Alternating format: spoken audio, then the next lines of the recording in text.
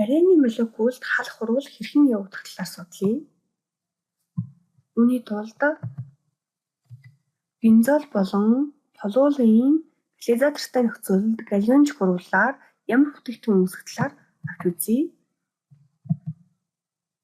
Дараах хоёр урвал дээр дараах дасгалуудыг үүсгэх.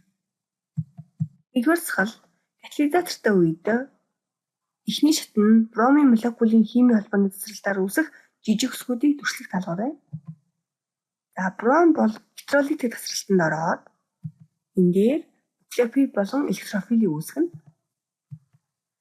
За хоёр дахь даалгавар бол бромын молекулаас үүссэн жижиг хэсгүүдээс аль нь бензолын цагиргатай харилцан үйлчлэх вэ гэдгийг тодорхойлно.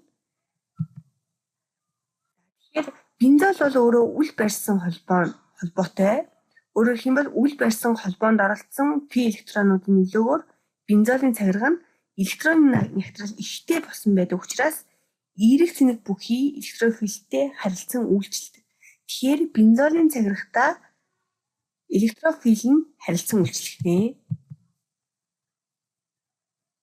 Тэгэхээр бензол болон бром гэсэн урвалаар үүсэх бүтээгдэхүүнийг тодорхойлж нэрлэх дараагийн даалгаврыг ажиллая. За энэ урвалын үр дүнд юу үүсэх вэ гэхээр бромо бензол үүсдэг. За харин толуул болон бром хоёрын харилцан үйлчлэхээр 2 бромо метил бензол за мөн 4 бромо метил бензол үүснэ. Яагаад ингэж хоёр төрлийн бүтээгдэхүүнээс үүсэж байгаа гэхээр толуул бол өөрөө ийм алкил бүлэгтэй арены хувьд 2 болон 4-р зэдээр үүсэх бүтээгдэхүүний гарцвал өндөр байдаг. Тийм учраас энд хоёр төрлийн бүтээгдэхүүн үүснэ гэсэн. Бензол дээр бол ерөөсөө тийм зүйл ажиллахдаггүй байна. За энэ ямар урвалын механизмаар явагдах вэ гэхээр за бензолын бромж хурвал электрофил халдцах урвалын механизмаар явагдана. Харин толуулын бромж хурвал бол чөлөө вертикалийн халах хурвалаар явна.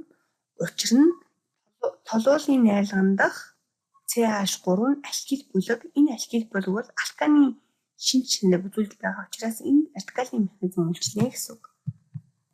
Электрофил халдцах урвалын механизмын талаар авч үзье.